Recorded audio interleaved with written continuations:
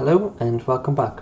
Today I'm going to be showing you how we done the bonus section of step 144 by creating a gradient background random generator.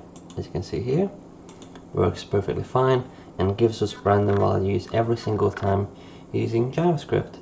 So should be fun, and hope you stick around till the end and find out how it's done.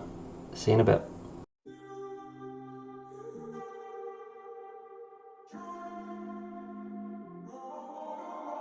I'm walking around in the circle of life, doing the things I know, walking the same ways 100 times with the same soul. But do you ever try to path on the right side, put it up in your mind? But do you ever try to path on the left side, put it up in your mind? It's gonna be hard. You run, try, roll your mind. You run.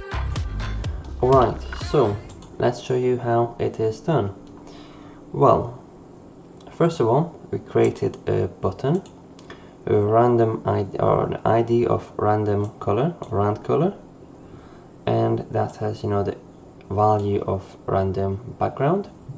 Then we added the same CSS to it as we have for H3, just so it blends in, with the aesthetics a bit more. And then on the JavaScript side of things, we have called and selected the ID of rand color with Jan.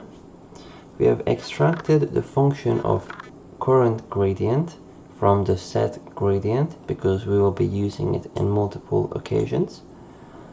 Then we had created a new function called generate gradient, and then what happens after the function is that we have got the first event listener that we had already for us, adding a new value to the color pickers, I guess, for the first and second color. And then we had an event listener for the gen, which we added, which is this button. So once we click the event listener of the button, then we generate a gradient.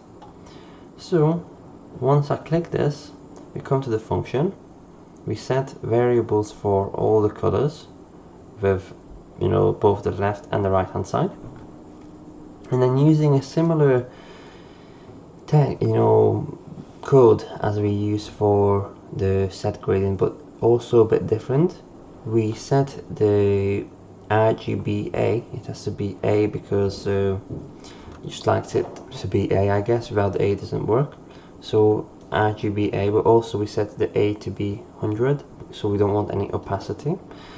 And then we added these values in, creating this. And this, what you can see here, is exactly what we have made here.